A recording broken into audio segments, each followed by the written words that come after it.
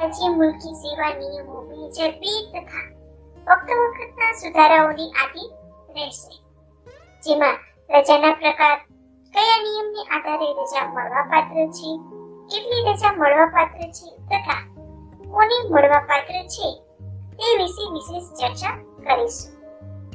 વિવિધ પ્રકારની રજાઓ છે એ બે પાઠની અંદર વિભાજિત કરેલી છે, જેમાં પાઠ 1 ની અંદર આપણે 5 રજાઓ વિશે ચર્ચા કરીશું. પ્રાપ્ત રજા, અર્ધ પગારી રજા, રૂપાંતરિત રજા, પ્રસૂતિ રજા અને પિતૃત્વ રજા વિશે માહિતી મેળવીશું. મિત્રો, આ એકમ છે એ માત્ર બીએડ અભ્યાસક્રમ પૂરતો જ મર્યાદિત નથી. વર્ગ 3 થી માંડી અને વર્ગ 1 સુધીની તમામ પરીક્ષાઓમાં આપણે આ એકમ છે એ ઉપયોગી બનશે. ચાલો સૌપ્રથમ આપણે પ્રાપ્ત રજા વિશે માહિતી મેળવીશું. પ્રાપ્ત રજાને આપણે હક રજા તરીકે પણ ઓળખીએ છીએ, જે નિયમ 46 અનુસાર પ્રતિ વર્ષે 30 દિવસની આ રજા છે એ મળવા પાત્ર છે. તમામ ખાતાના કર્મચારીઓને આ રજા વેકેશન સિવાય મળી શકશે. વિશેષ નોંધની વાત કરીએ તો 1 જાન્યુઆરી અને 1 જુલાઈ અર્ધવાર્ષિક ગાળા માટે 15+15 એમ જમા થતી હોય છે.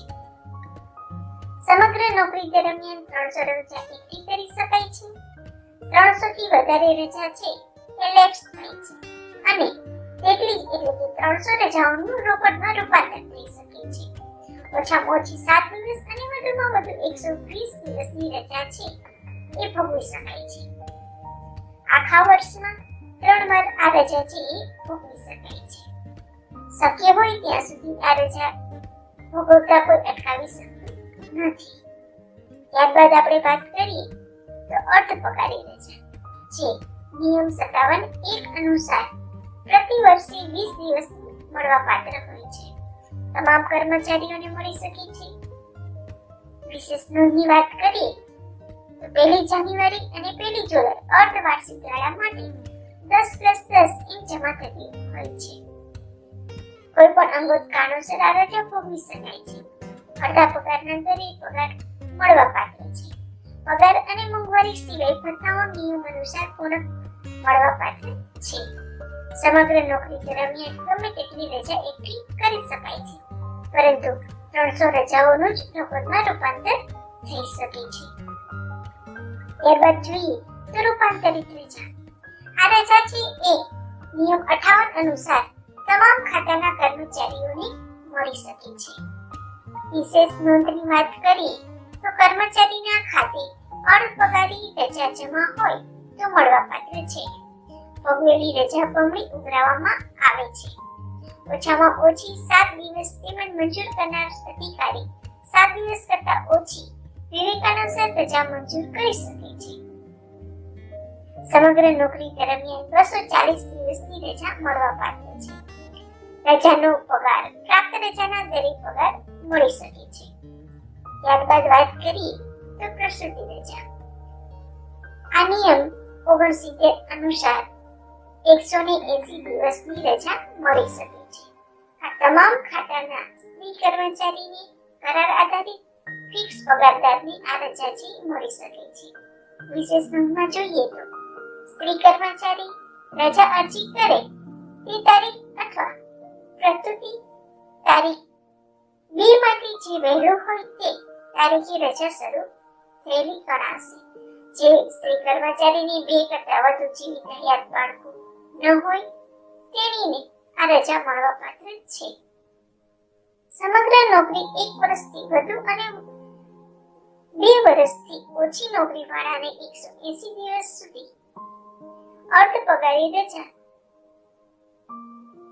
દરે પગાર મળવાપાત્ર છે. સળંગ નોકરીની 2 વર્ષથી વધુ નોકરી વાળાને 180 દિવસ સુધી પૂરા પગારે રજા મળવાપાત્ર છે. આ રજામાં હિસાબમાં ઉઘરાવવામાં આવતી નથી. પ્રસૂતિ રજા સાથે દિવસ 60 ની મેડિકલ પ્રમાણપત્ર વિના માન્ય રજા જોડી શકાશે. અને અંતે આપણે પિતૃત્વ રજા વિશે પણ ચર્ચા કરી લઈએ, જે નિયમ 70 અનુસાર રહેશે. 15 દિવસની મળી શકશે. તમામ ખાતાના પુરુષ કર્મચારીને આ રજા છે એ મળવાપાત્ર છે. વિશેષ તરીકે જોઈએ તો 2 કરતા ઓછા જીવિત હયાત બાળકો ધરાવતા પુરુષ કર્મચારીને મળી શકશે. 180 દિવસની પ્રસૂતિ રજા દરમિયાન ભોગવી શકાય. આ રજા હિસાબમાં ઉઘરાવવામાં આવશે નહીં.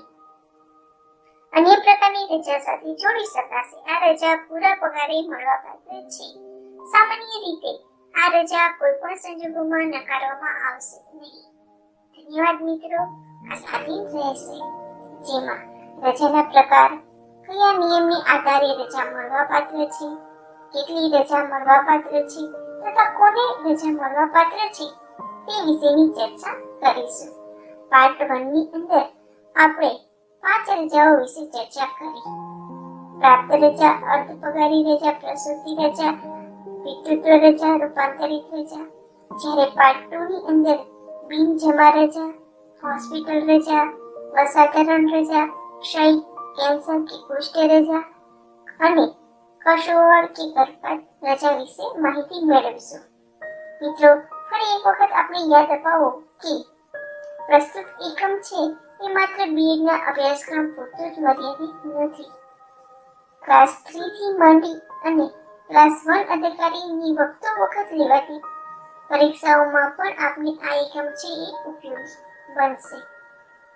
તો ચાલો બિનજમા રજા વિશે આપણે સૌપ્રથમ માહિતી મેળવીએ.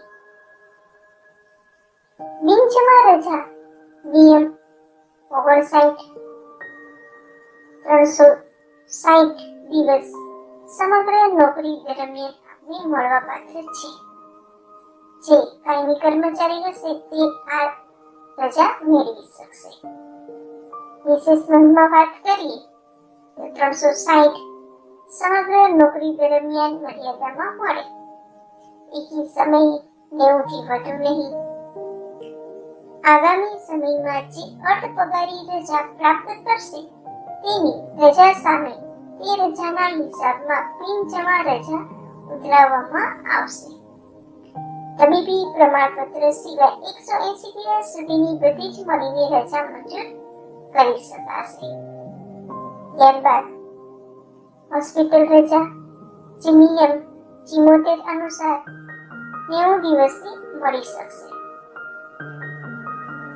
વર્ગ 4 ના કર્મચારી, નશાબંધી અને આબકારી કર્મચારી, હેડ કોન્સ્ટેબલના નીચેના દરજ્જાના કર્મચારીઓને જંગમ ખાતાના, જેમાં કારકુન સિવાય. વિશેષ નોંધ આપણે જોઈએ તો અકસ્માત કે માનવીના જોખમ સાથે સંકળાયેલી સીધી રીતે ફરજ અદા કરતા હોય તેને આ રજા મળવાપાત્ર છે. અધિકૃત તબીબી પ્રમાણપત્રને આધારે પ્રાપ્ત કે અર્ધપગારી રજા જેટલો પગાર મળવાપાત્ર રહેશે. અન્ય પ્રકારની રજા સાથે આ રજા જોડી શકાશે, પરંતુ 28 માસથી વધુ હોવી જોઈએ નહીં. ત્યારબાદ અસાધારણ રજા, જેને આપણે કપાત પગારી રજા તરીકે પણ ઓળખીએ છીએ, જે નિયમ 60 અનુસાર 36 માસની સમગ્ર નોકરી દરમિયાન મળી શકશે. તમામ ખાતાના કર્મચારીને આ રજા મળવાપાત્ર છે. વિશેષ નોંધ જોઈએ તો કોઈ પણ પ્રકારની રજા જમા ન હોય ત્યારે મળવાપાત્ર છે. બીજા પ્રકારના રજા મળવાપાત્ર હોવા છતાં કર્મચારી લેખિતમાં અરજી કરે ત્યારે રજા મંજૂર કરી શકાય. સમગ્ર નોકરીમાં માસ 36 થી વધુ નહીં એટલી અસાધારણ રજા મંજૂર કરી શકાશે. રજા વિનાની ગેરહાજરી કે મંજૂર કરનાર અધિકારી પાછળની અસરથી અસાધારણ રજામાં પરિવર્તન કરી શકશે. આ રજા દરમિયાન પગાર અને મોંઘવારી સિવાય અન્ય બધાઓ નિયમ અનુસાર મળી શકશે. ત્યારબાદ ક્ષય કે કુષ્ઠ કે કેન્સર રજા, જે નિયમ 76 અનુસાર રહેશે. તમામ ખાતાના કર્મચારીને આ રજા મળવાપાત્ર છે. વિશેષ નોંધમાં આપણે વાત કરીએ તો આરોગ્ય અને પરિવાર કલ્યાણ વિભાગ દ્વારા નિયત કરેલા વખત સુધારેલ સવલતો મુજબ અંતે કસુઆવર કે ગર્ભપાત રજા વિશે આપણે માહિતી મેળવીશું, જે નિયમ 71 અનુસાર રહેશે. 45 દિવસની મળવાપાત્ર છે. તેમાં તમામ ખાતાના સ્ત્રી કર્મચારીઓને આ રજા મળી શકશે. વિશેષ નોંધ વિશે જોઈએ તો 2 કે તેથી વધુ જીવિત બાળકો ન હોય તે સ્ત્રી કર્મચારીની આ રજા મળવાપાત્ર છે. કસુઆવર કે ગર્ભપાત સમગ્ર નોકરી દરમિયાન 45 દિવસ કરતાં વધુ નહીં એટલી પ્રસૂતિ રજાના હકદાર થશે. આ રજા મહિલા કર્મચારીના રજા હિસાબમાં ઉઘરાવવામાં આવશે નહીં. ગર્ભપાતના કિસ્સામાં પ્રસૂતિ રજા 5 વર્ષમાં ફક્ત એક જ વાર મળી શકશે. મિત્રો, હું આશા રાખું છું કે આ વિડીયો છે આપને ખૂબ ઉપયોગી બનશે. ધન્યવાદ.